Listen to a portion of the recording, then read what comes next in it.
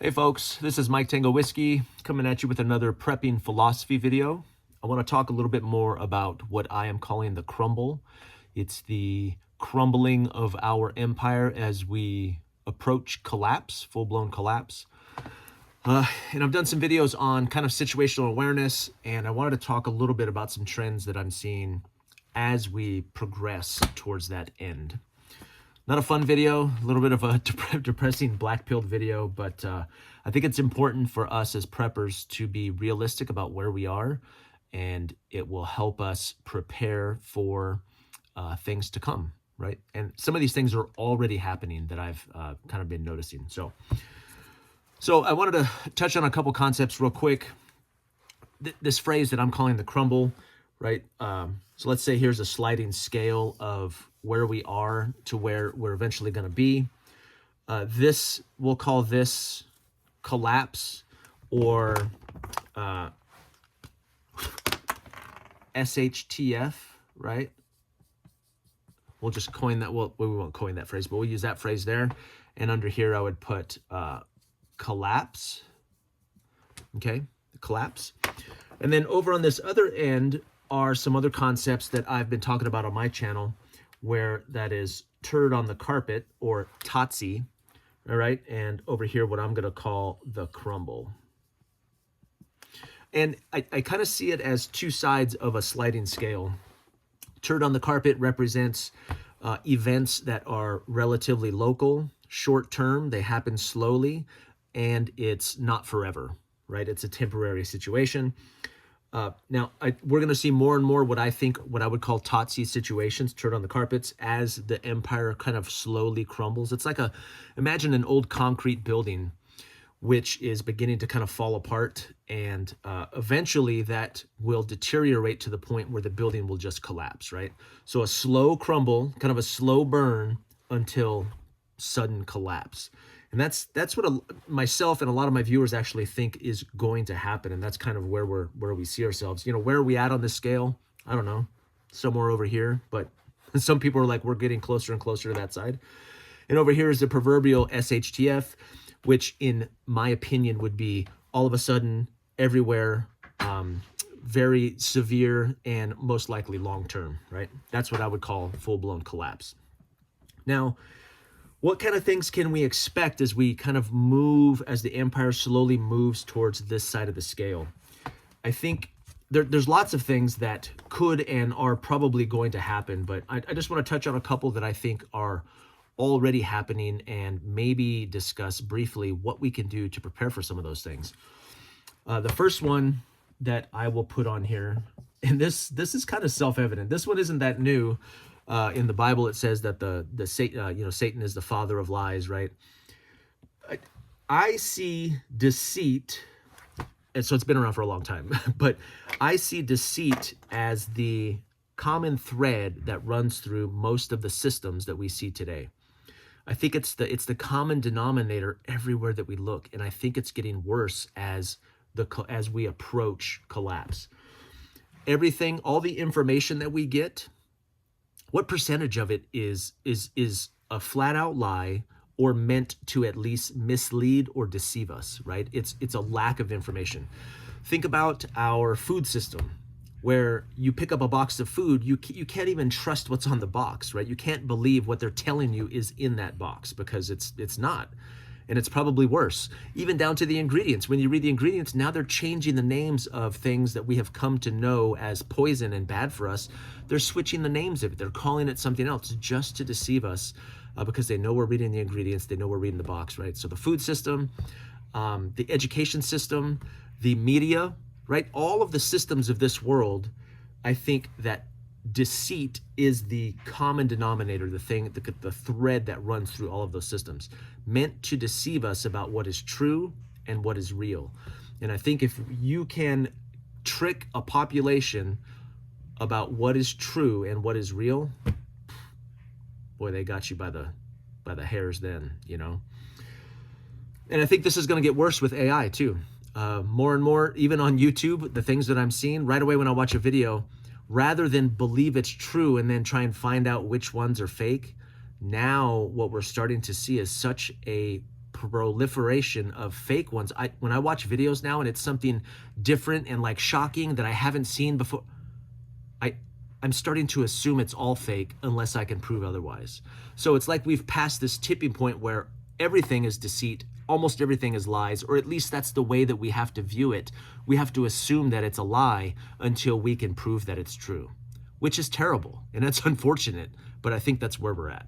And I think as we approach collapse, I've ruined my little thing here, but as we approach that full-blown section there, the sliding scale, I think this is gonna get worse, okay? So what can we do? I think we can seek out multiple sources of information. Make sure you're getting your information from reliable sources. Take everything that you see and read and hear with a grain of salt. There was just a picture put out just yesterday. This is the day after Thanksgiving. And they said there was a picture of Elon Musk, President Trump, who else was there?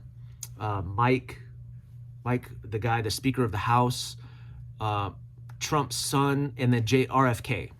And they were eating dinner at the table on Air Force One, supposedly. And the more I looked at that dinner table, I was like, man, this is something strange about this. First of all, the food didn't sit right with me. And when I showed it to my wife, I was like, what's wrong with this picture? And what we realized was nobody had a plate of food in front of them. It was like this huge spread. First of all, the table they were eating at, the turkey was there. And then in front of Musk was this bowl of cranberries. Instead of like a plate with food on it, like they didn't have plates to put the food on it, right? Where you would put the food out and then you would serve to the plate. Nobody had their own plate. And then you look closely at RFK's hand and it was this mangled jumble. I was like, this is AI. But it almost got me. It almost got me. But now every picture that I look at, I'm just assuming that it's fake until I can prove that it's not, which is terrible, I know. So lies. I think deceit is going to get worse as we approach collapse. The next one that I would put on here is, and these are related too. These are very much related. This is what I would say scams, okay? And here's what I mean by scams. The volume of scamming, the complexity of scamming, and the shamelessness of scamming has gotten so much worse. To the point, I imagine that most of you are at this point too. When your phone rings and you don't recognize the number, you just assume it's a scammer. When you get an offer in the mail, I mean, that's been a scam for a long time. When somebody's trying to sell me something, I just assume they're lying to me and they're trying to steal my money. When I take my car to the dealership, now that's a bad example because all dealerships are that way. When I take my car to a repairman and they tell me that something needs to be replaced, right? And I have a little bit of mechanical background experience. Then I start asking more questions and chasing down answers. And I get to the point where they're freaking lying to me. They're upselling me, right? And some of this is common sense, but I see this getting worse and worse. Me and my wife, we have a system where we can help people. We're Christians, and there's a concept of giving in the Christian church, and we have a system that we use to do that, to help the people around us when we can.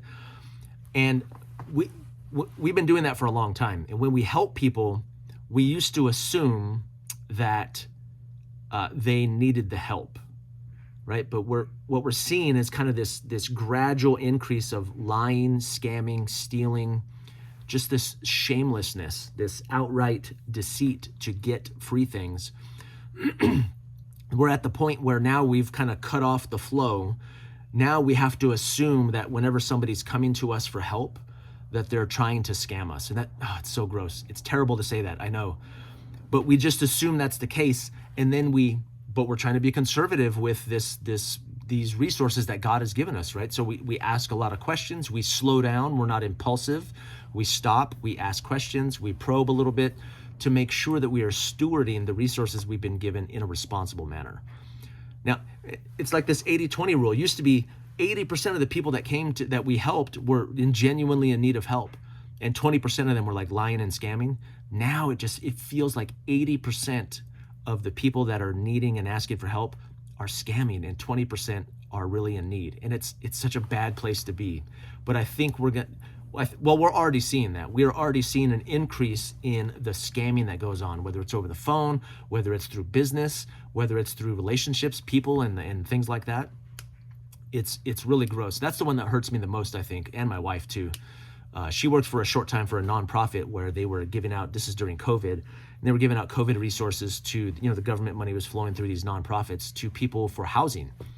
Great cause, right? People were short on their mortgage and the rent and all this other stuff. And the longer my wife was in that system, she began to see more and more of the same people, like moving these things around and going from organization to it worked to red pill her faster than anything else I've ever seen. Like, it was, after a while, she was like, 80% of these people are scamming the system to get free stuff, to get money. They're just outright lying, and they have no shame about it. They don't care. They're just going to keep doing it. So an increase in deception, which is related to scams, but definitely an increase in scamming. And the last one that I would put on here, and again, these are related, right? Lying, scamming, and kind of the next level of that is, I'm going to call it petty crime. I think crime in general is going to go up for sure, but I'm going to say petty crime. And here's what I mean. We're already seeing an increase in violent crime, in robberies and theft, these very bold and in broad daylight robberies of people going to their, I just put a video out about transitional spaces, people getting robbed in their cars, on their way, pulling into their garage, on their way to their door, leaving their door, going to their car, leaving the bank, getting followed, all these things. And these kind of smash and grab type robberies, right, that we're seeing in broad daylight.